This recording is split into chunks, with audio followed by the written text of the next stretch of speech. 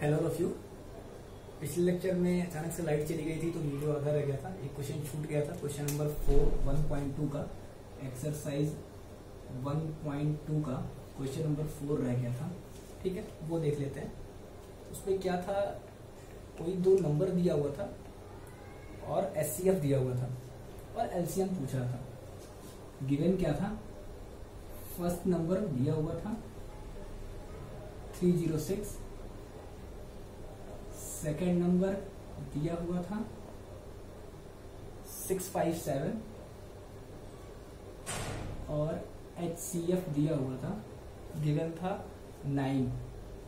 आपसे एलसीएम पूछ रहा था। ठीक, तो इसको सॉल्व करने का सबसे आसान तरीका होता है, क्योंकि इसका एक फॉर्मूला होता है जिसपे वैल्यू को पुट करते हैं और जो वैल्यू आपसे पूछ रही होती है वो निकल के आ जाती है। जैसे आपको ये पता है, फॉर्मूला ये है, first number into second number is equal to LCM into HCF. First number 306, second number 657, LCM नहीं पता है, वही आपसे पूछ रहा है, और एचसीएफ की वैल्यू दी हुई है 9, है ना। अब इस 9 को इधर ट्रांसफर करेंगे तो 306 इंटू 657 अपॉन में 9 इज इक्वल टू एलसीएम। इसको सॉल्व कर लेना, इस वाले पार्ट को, आपका आंसर निकल के आ जाएगा। मल्टीप्लाई डिवाइड करना है, कुछ नहीं करना। ठीक है, तो जब भी कुछ ऐसा क्वेश्चन दिया है कि आपसे इस फॉर्मूले की कोई 3 वैल्यू दी रहे और चौथी वैल्यू पूछे, तो आप इसी फॉर्मूले को रख के उसको सॉल्व करना। एलसीएम पूछ सकता है, एचसीएफ पूछ सकता है, हो सकता है फर्स्ट नंबर सेकंड नंबर में से कोई एक पूछ ले, एलसीएम एचसीएफ आपको गिवन रहे। ठीक है, तो ऐसा कुछ रहेगा तो आप इसी फॉर्मूले को रख के उसको सॉल्व करना। ये क्वेश्चन छूटा हुआ था, इसको बता दिया।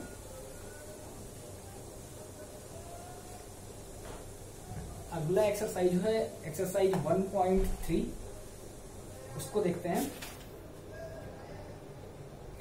इसमें कह रहा है prove that √5 is a irrational number. इसमें आपसे ये कह रहा है कि √5 जो है वो आपका एक इररेशनल नंबर है। अगर कभी इररेशनल नंबर पूछे प्रूव करने के लिए तो उसमें करते सिर्फ इतना है,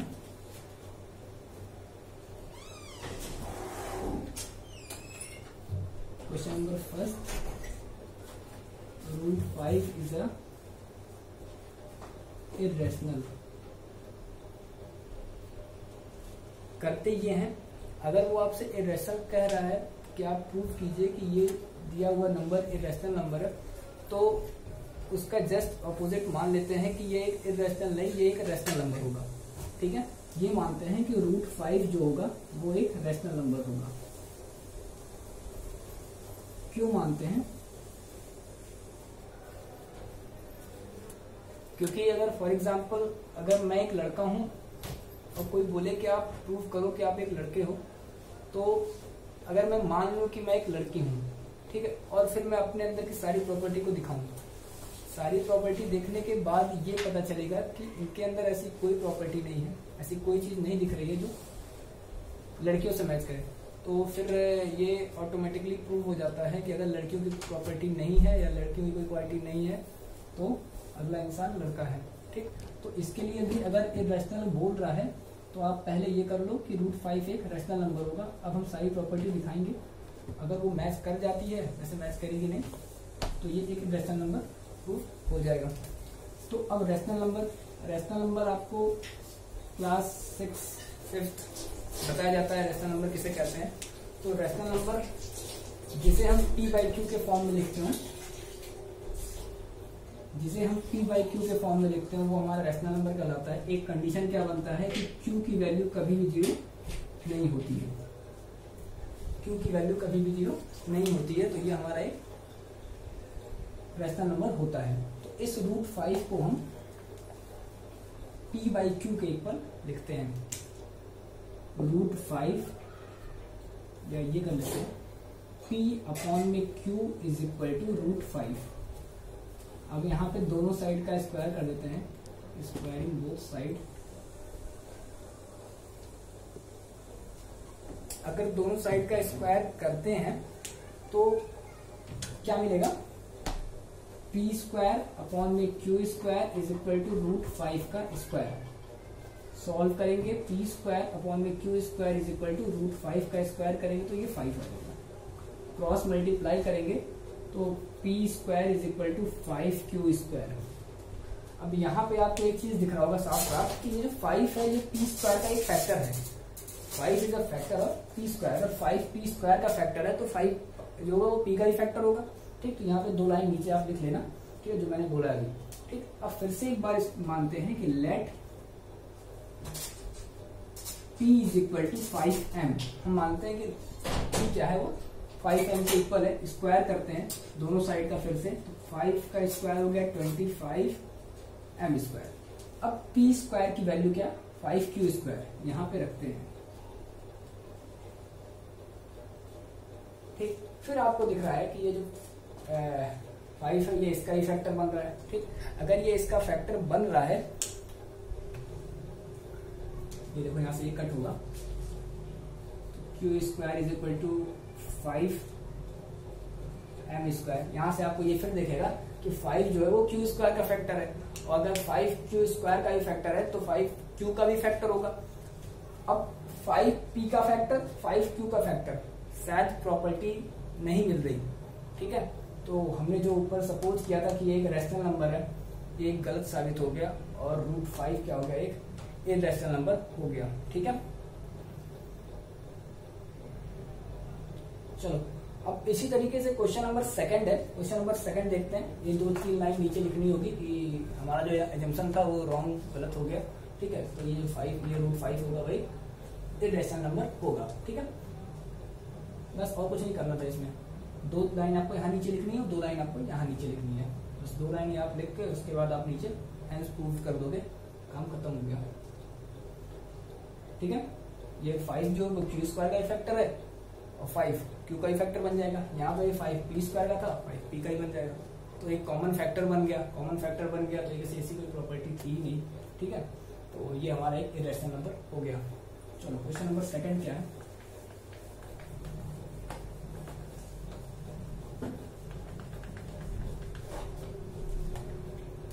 क्वेश्चन नंबर सेकंड है 3 + 2 रूट 5।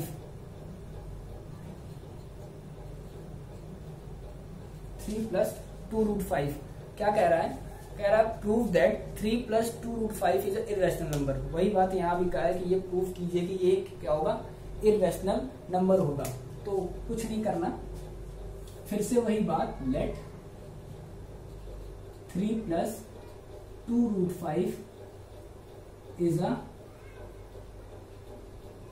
Rational number. मान लिया कि ये क्या हो गया, एक रैशनल नंबर हो गया। तो अगर ये एक रैशनल नंबर है तो इसको p/q के फॉर्म में लिखेंगे और वो इसके इक्वल होगा, इज इक्वल टू p/q। ठीक है, अब अगर इस 3 को मैं ट्रांसफर कर दूं, इसको अगर सॉल्व करूं कुछ इस तरीके से और 3 को ट्रांसफर कर दूं तो ये कुछ ये बनेगा। 3 + 2 रूट 5 था, 3 + 2 रूट 5 था। ठीक है, अब आपको यहाँ साफ साफ दिख रहा है कि ये क्या है, मुझे तो रैशनल नंबर दिख रहा है, आपको भी दिख रहा होगा कि ये एक रैशनल नंबर है। अगर इस साइड एक रैशनल नंबर है और लिखा है कि ये साइड इस साइड के इक्वल है, तो ये भी क्या होगा, एक रैशनल नंबर होगा, जो कि इम्पॉसिबल है कि कभी भी रूट का की वैल्यू एक रैशनल नंबर हो जाए। या आपको एक इररेशनल नंबर मिलेगी, खत्म होगा, हो गया। Our assumption is wrong. हमारी जो परिकल्पना थी, जो हमने माना था, जो हमने सोचा था, वो गलत हो गया कि ये क्या होगा, रैशनल नंबर हो गया। बस 2 लाइन लिख के नीचे खत्म कर देंगे। है, ये एक रैशनल नंबर है, रैशनल नंबर के इक्वल होगा। इस साइड हमको एक इररेशनल नंबर दिख रहा है, तो हमने जो माना था वो क्या हो गया, गलत हो गया। ठीक है,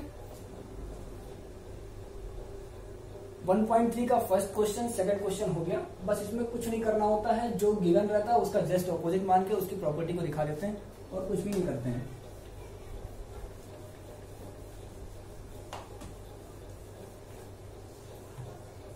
अब क्वेश्चन नंबर 3 का फर्स्ट वाला पार्ट है, मैं इसका हिंट दे रहा हूं, आप लोग एक बार देख लेना। इसका जो फर्स्ट पार्ट है वो बोल रहा है सिद्ध prove that the following numbers are irrational. आपको ये प्रूव करना है कि नीचे जो 3 नंबर्स दिए हुए हैं ये क्या है, इररेशनल हैं। तो पहला जो नंबर है 1/√2 है, फर्स्ट जो है 1/√2 है, तो क्या करेंगे वही let this is a rational number. तो अगर ये रैशनल नंबर हो गया तो 1/√2 इज इक्वल टू P/Q, और जैसे ये P/Q होगा क्रॉस मल्टीप्लाई करना तो क्या बन जाएगा, ये जाके कुछ इस तरह बनेगा Q/P इज इक्वल टू √2। ठीक, अब √2 आपको पता ही है कि एक रैशनल नंबर है, अगर √2 एक रैशनल नंबर है तो ये भी एक रैशनल नंबर होगा, जो कि इम्पॉसिबल है, प्रूव्ड हो गया। ठीक है, 2-4 लाइन नीचे लिखनी है, वो अपना हिंदी इंग्लिश जिसमें चाहना लिख देना और ये आपका खत्म हो गया। ठीक है, सेकंड है 7√5, इसको भी कुछ नहीं करना, ये भी ऐसे ही होगा, देख लो। सेकंड है 7√5, प्रूव करना है कि 7√5 एक इरेशनल है। फिर वही चीज that this number be a rational number, माना कि ये नंबर कौन सा है, रैशनल नंबर। तो अगर ये नंबर रैशनल नंबर होगा तो 7√5 इज इक्वल टू P/Q, तो √5 इज इक्वल टू P/Q और आगे 7 का मल्टीप्लाई। ये आपको क्या दिख रहा है, ये एक रैशनल दिख रहा है, तो ये भी एक रैशनल होना चाहिए। सॉरी, ये एक इरेशनल दिख रहा है और ये एक रैशनल है, कभी इक्वल हो ही नहीं सकता। आवर एजम्पशन इज रॉन्ग, जो हमने सोचा था वो क्या हो गया, गलत हो गया। क्वेश्चन नंबर 3 आप घर पे ट्राई करना, ये भी इसी तरीके सेम जैसा क्वेश्चन सेकंड था वही क्वेश्चन नंबर 3 का थर्ड पार्ट है। ठीक, क्लियर हो गया। ये 1.3 भी आपका खत्म।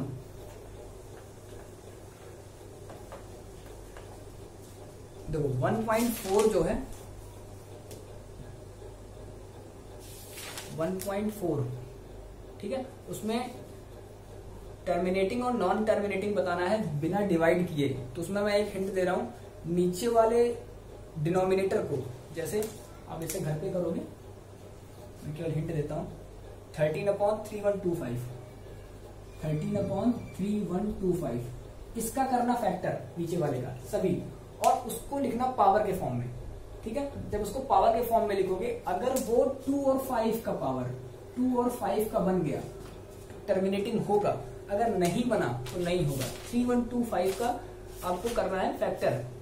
ठीक है, अगर 2 और 5 का फैक्टर बन गया, सॉरी 2 और 5 का फैक्टर बना, उसको पावर के फॉर्म में आप लिख दिए तो वो टर्मिनेटिंग होगा। अगर उसके अलावा कोई और फैक्टर बन रहा है, किसी और के पावर के फॉर्म में लिख रहे हो, तो वो नॉन टर्मिनेटिंग हो जाएगा। बाकी और कुछ भी नहीं करना है इसमें। ठीक है, कोई दिक्कत नहीं होनी चाहिए। 3125 का आप फैक्टर कर ही लोगे, कुछ इस तरीके से करना रहेगा।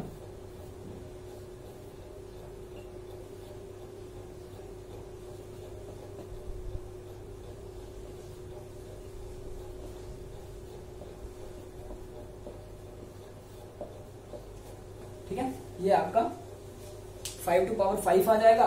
5 का पावर बन गया, मैंने 2 और 5 बोला था, या 2 and 5 नोट का ध्यान रखना। 2 और 5, 2 and 5, दोनों में से कोई भी 2 या 5, 2 और 5 दोनों का अगर घात मतलब पावर का फॉर्म आ जाता है तो ये टर्मिनेटिंग होगा, वरना नॉन टर्मिनेटिंग होगा। बिना डिवाइड किए ही निकालते हैं, एग्जाम में नहीं आता है, ये ऐसे आपके सिलेबस में दे रखा है। तो 1.4 के साथ पहला चैप्टर कंप्लीट हो गया। सेकंड भी ऐसे ही, सेकंड में कुछ नहीं करना है, सेकंड भी थर्ड भी सब ऐसे ही क्वेश्चन दिए हुए हैं, कुछ में कोई एकदम नहीं है, आपको घर पे ट्राई करना, नहीं आएगा तो फिर आगे देखते हैं। ठीक, आपका पहला चैप्टर जो था वो आपका यहाँ पे कंप्लीट हो गया मेरे ख्याल से। तो बाकी ऐसा कुछ नहीं रह गया। इसमें जो एग्जाम में पूछे जाने वाला क्वेश्चन है वो वही रैशनल नंबर इरेशनल नंबर वाला है, कि प्रूव करिए कि एक रैशनल नंबर है या एक इरेशनल नंबर है, और एक जो है वो एचसीएफ वाला है कि ये मेथड से एचसीएफ निकालिए।